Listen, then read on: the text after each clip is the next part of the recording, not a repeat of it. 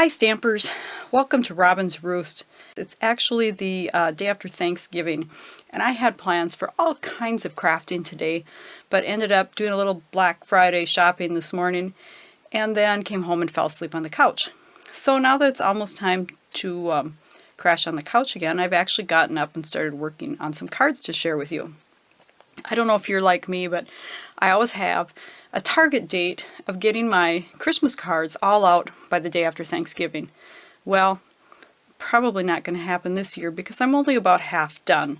So I started working on this cute little guy today, and it's using the Cozy Critters stamp set, which is actually one of the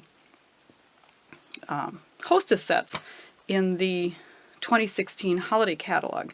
And you could use like a couple of different stamps. I've chosen to use the little Foxy guy for this one, for the card that we're making here. And this is a shaker card, so I'm thinking this one might make it to one of my grandsons. It's kind of a little bit futzier than you know, just a slap a few layers together. So it's kind of a card that you're going to do for one of those special people in your life. So you're going to start out with a standard card base, you know, cut in half. So you have the scored at 4 1/4 and cut at 5 1/2. And then what I've done with this, let me find one here that I have kind of prepped for you. So I'm using the layering circles framelits to cut these, and I've put my 3 layers together and I run them through at once so that I get all of the holes fairly lined up. I'm not always good at straight, but this one's cut already, you'll see. You might have to go through a couple times to get it all cut out. Now after I've done that, I do like to go back, and then you have all these cool pop-outs to use on something else too. I go back and on this is Cajun Craze to kind of go with my fox color. I like to go back and cut this one actually out a little bit bigger. It gives me a little bit more wiggle room for lining everything up. While you're cutting those out, I like to leave the papers on my window sheets just because these things are horribly easy to lose on the on your Stampin' table. So you're going to also go ahead and use that bigger circle framelit and cut 2 of these circles for this card because you're actually going to make a window that goes all the way through to the back of the card. So cut 2 of those when you're cutting out your other items. Now another thing that I've done on this card, and I actually have 2 of these here. I have the one on the front and on the one on the inside. And to make those, you're going to take a piece of the cucumber crush and you are going to get these all perfectly lined up so that they're like a little frame, and run those through, and you're just going to use the frame that you create from it. And again, you're going to have all kinds of pieces to figure out what else to make with. So that's kind of all the pieces you're going to cut for the shaker card. Now for doing our stamping for our little fox, we're just going to take a scrap piece of white paper. I know I had one here somewhere. Let's see. And we're going to stamp our fox out. And then you can either use stamp him out a few times and take the fox punch and go ahead and punch your pieces and glue together. Or, like I did for this one, I actually just quickly fussy cut him. And then, I know this looks really weird, but you are going to stamp him in cucumber crush. It seems kind of strange to do a green fox, and then you're just going to cut out his little band on his tail to give us this little decorative, this little decorative strip. And then you're going to cut out his little scarf.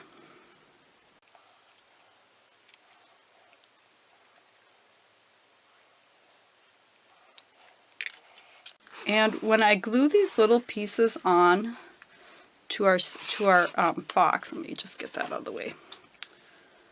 I like to use the Tombo liquid, and I'm actually going to put the glue onto my Fox layer. So I want to get just a little bit, yeah, and then it starts out too much. So I'm going to put the glue on the Fox and then lay the pieces down onto it. I just find that I can pick these up without getting glue all over, and I don't lay them down in smooshy glue where it's not supposed to be. It just works better. I have a hard time with these little pieces, but so we've got him ready. And then for the for his Santa hat, I'm just going to set him off to the side. For his Santa hat, now I tried this both ways, stamping and then punching, or punching and then stamping, and I found that for me, I actually had an easier time if I punched first and then stamped for this one.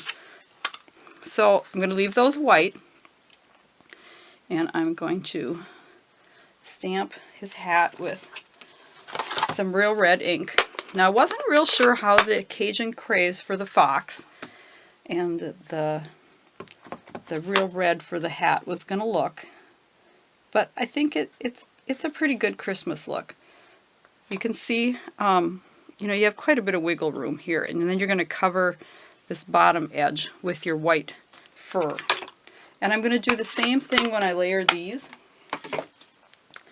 I am going to run my glue strip on here and then just lay my pieces of fur on top of the glue. Now this is actually a card base that I started to make a different card on and then changed my mind. And I thought that the trees would look fine on the background here. So I'm just going to go ahead and use a little Tombo and get that laid down.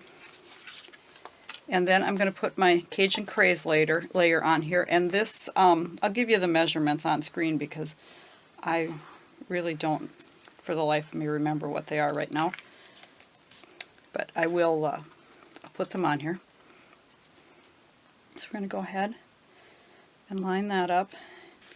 So we have our shaker card. You can see all the way through. Now, the next thing that we're going to want to do is we're going to want to add these dimensional strips, which are awesome for making shaker cards. They turn really easily and follow along. So we're just going to go ahead and put this around here. Another little tip you can do if you have trouble, if it's really staticky and dry in your house, like in the wintertime, you can take an embossing buddy and rub on your window sheets. But I suggest then wiping them off with a clean cloth after you're done, because the powder from the embossing buddy does kind of make your window sheet a little bit hazy. So then we're just going to go ahead and snip this. Have those meet there. Now when we put on our, I can put this on here because I still have the paper on. When we put our top piece over, you're going to want to use the rest of this or another strip of this to bring these out, these edges out to match, because these are not the exact same width as the other dimensionals that we have. Just a little tip: don't mix your dimensionals because they can be different heights. Okay, so let us now do the same. You know, and you can use different backgrounds if you want to. Like this side would look really pretty on there as well. But I'm going to stick with my pine trees because I think the fox and the pine trees is a good mix. So we're just going to run a little bead around here. Because we need to have, oh gosh, what do they call those? The windows with the two layers. Dual pane windows? Yeah, our window needs to have dual panes to hold our sprinkles in. Okay, so we're just going to glue that on there. And then we can get our fox layer on here. Oh gosh, and I forgot to tell you one thing before I get too far ahead. Because this is a dark cardstock on the inside, what I like to do is put a white piece on the inside, and we're going to decorate that too. So you're going to layer this white piece in here. And it's easier to do this maybe before you have all the windows on. And then I am going to take the Tombo and glue this down in here. And you want to get this matched up to your outside hole. So for this, you're going to run your Tombo around, and let's glue this down so we have it in the right spot. So we're just going to run a little snail on here, get this layered on. I'm not going to rub it down super hard just in case I screw up. Okay, we're going to run just a little Tombo on here again. So then we're going to line this up. And then go ahead and squish that down. And if I can find it in this mess. Now I've taken the Jolly stamp out of the Oh What Fun stamp set. And this is just really cute. It has a lot of cute greetings. Okay, so we're just going to take the Jolly, and that fits perfectly inside this framelit. You want to be careful so you don't hit the edges, but it does fit well in there. And I'm just using a black ink on that.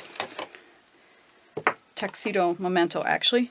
And then I'm going to take the red Stampin' Right marker, and this Jolly has the little, oh, I don't know what you call them, but the holes that you can fill in on the font. And I'm just going to go in. Doesn't take very long.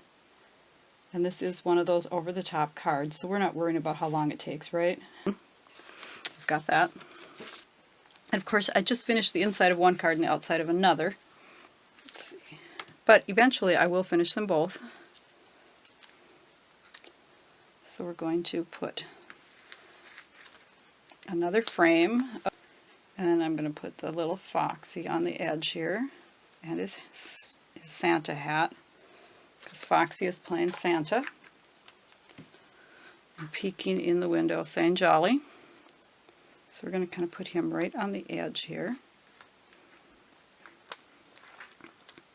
kind of keeping his tail on, and his little hat kind of going, covering his ears.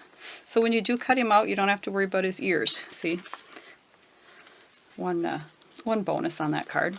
Okay, so now I have just a gazillion little bits of sequins left from several different years. So I'm just throwing, this is one maybe from last year with some snowflakes. I would use up whatever you have. Or you could take the sprinkles punch and go ahead and punch out some glitter paper. I like mine fairly full. Oh, and before I get to flipping this over onto here, I want to put a few pieces.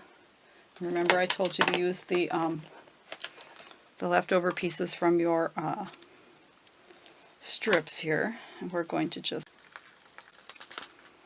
Okay. Sometimes it's easiest if you stand up when you try to line up something like this so that you can see it from on top. We're going to line them all up. Little Cozy Critter with the Oh What Fun greeting on the inside, shaker card. I hope you enjoyed. Have a great day.